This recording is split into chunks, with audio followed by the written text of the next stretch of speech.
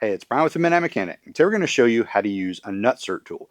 Now, if you have something you need to attach to sheet metal or some metal that you cannot thread because it's too thin, you're going to need to install a Nutsert. If you've seen the video that we did on our truck where we installed the new cap on the tailgate, we use Nutserts. If the video's not up yet, it'll be up very soon. It's the one for our 2500 that we did all the work to. So we're going to show you how to use it. We're not going to use it on our 2500 because we're already done with it, but I'm going to show you on a wrecked truck. It's really easy to do, and it'll solve a lot of problems for when you're installing fender flares or anything like that.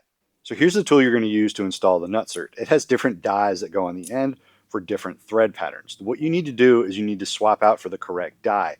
So the way you do it is unscrew this thread on the top and set that down, and then inside there is a little fitting right there. So we're going to press that fitting out, and once that little fitting is out, we can remove that.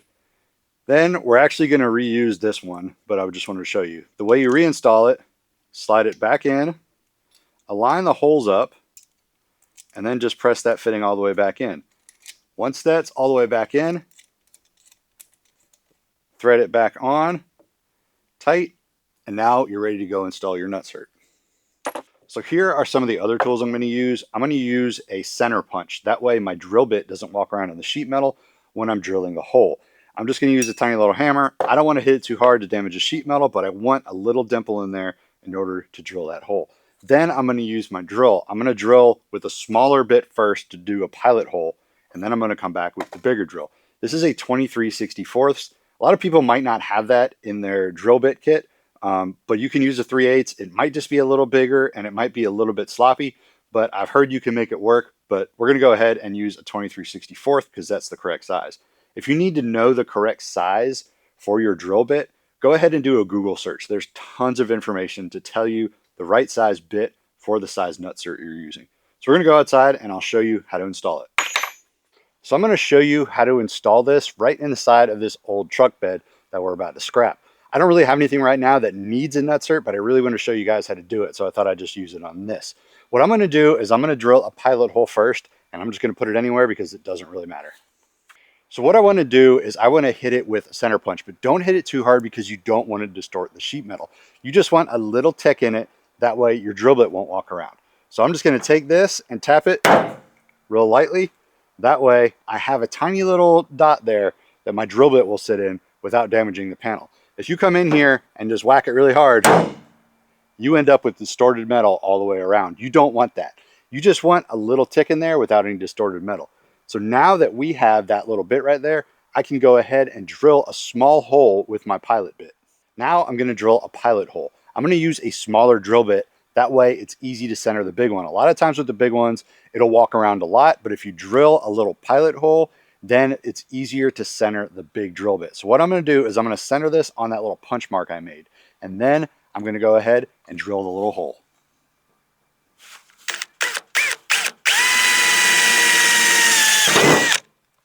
You also don't want to press too hard when you're doing a drill because it will also distort the metal.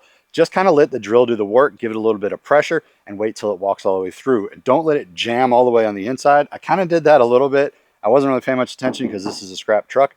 But if you're doing it on something you care about, take it easier and make sure that when the drill bit goes through, the drill doesn't jam into the truck and do any damage. Now that my pilot hole is drilled, I can come back and drill the correct size hole for the Nutsert. Like I said, this is 23/64. It's kind of an odd size. You could probably use a 3/8. We're going to use the correct one. So just sit it in the hole, take your time. You don't want to do any damage. Go slowly, and it'll go through without doing any damage. So the way your tool works is make sure it's opened all the way. Then you're going to come back and thread your Nutsert onto this fitting right here.